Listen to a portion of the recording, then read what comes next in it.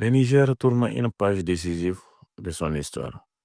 Le mercredi 26 mars 2025, le général de brigade Abdrahmane Chani a été élevé au rang suprême de général d'armée et officiellement investi président de la République.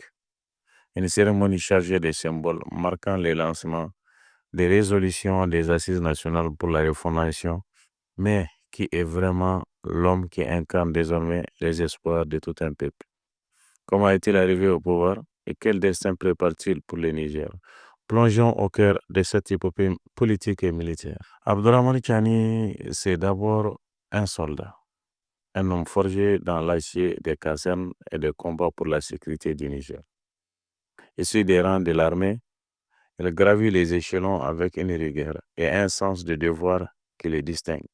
Rapidement, nommé général de brigade, il devient une figure clé dans la lutte contre le terrorisme au Sahel, commandant les opérations décisives pour protéger l'intégrité du territoire national. Mais, en juillet 2023, le destin bascule. Face à ce qu'il qualifie de dérivés politiques et d'incapacité à endiguer l'insécurité, le général Tchani prend la tête d'un conseil national pour la sauvegarde de la patrie, et CNSP, renversant le Mohamed Bazoum, un coup d'État qui divise la communauté internationale, mais que ses partisans justifient par l'urgence de sauver le Niger du chaos.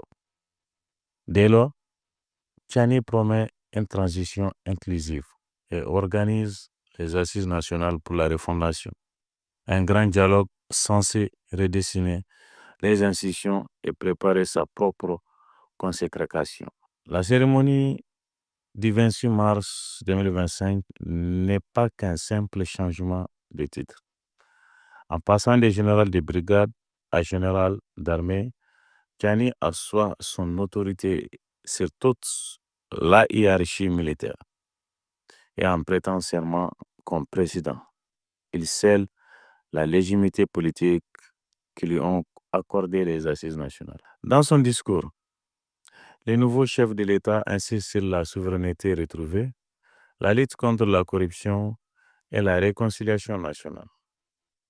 Des promesses qui résonnent comme un écho aux attentes d'une population meurtrie par des années de crise. Mais derrière les mots, les défis sont immenses. Terrorisme persistant, sanctions économiques, régionales et une jeunesse exigeante. Tchani pourra-t-il transformer l'essai? Les observateurs sont partagés. Pour les uns, Tchani incarne la stabilité et la fermeté nécessaires face aux djihadistes. Pour les autres, son accession consacre un pouvoir militarisé, l'un des idéaux démocratiques. Reste que ses premiers actes seront scrutés, relancés économiques, dialogue avec les partenaires étrangers et surtout la tenue ou non d'élections promises.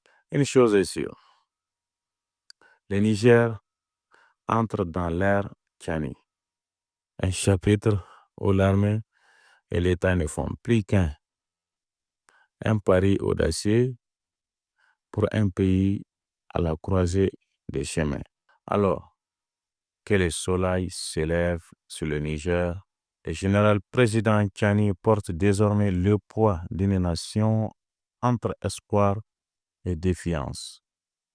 Son histoire s'écrira au rythme des victoires ou des échecs. Mais aujourd'hui, le Niger a choisi son chef. L'avenir dira s'il a choisi la bonne voie. Oui, l'avenir nous dira si le Niger a vraiment choisi la bonne voie. C'était ici que nous allons nous arrêter. Vous êtes bien sur votre chaîne Mahamsis TV. N'oubliez pas de commenter, de liker, partager la vidéo et donner votre avis dans les commentaires et activer la cloche de notification pour ne pas rater nos prochaines vidéos. À très bientôt, chers abonnés.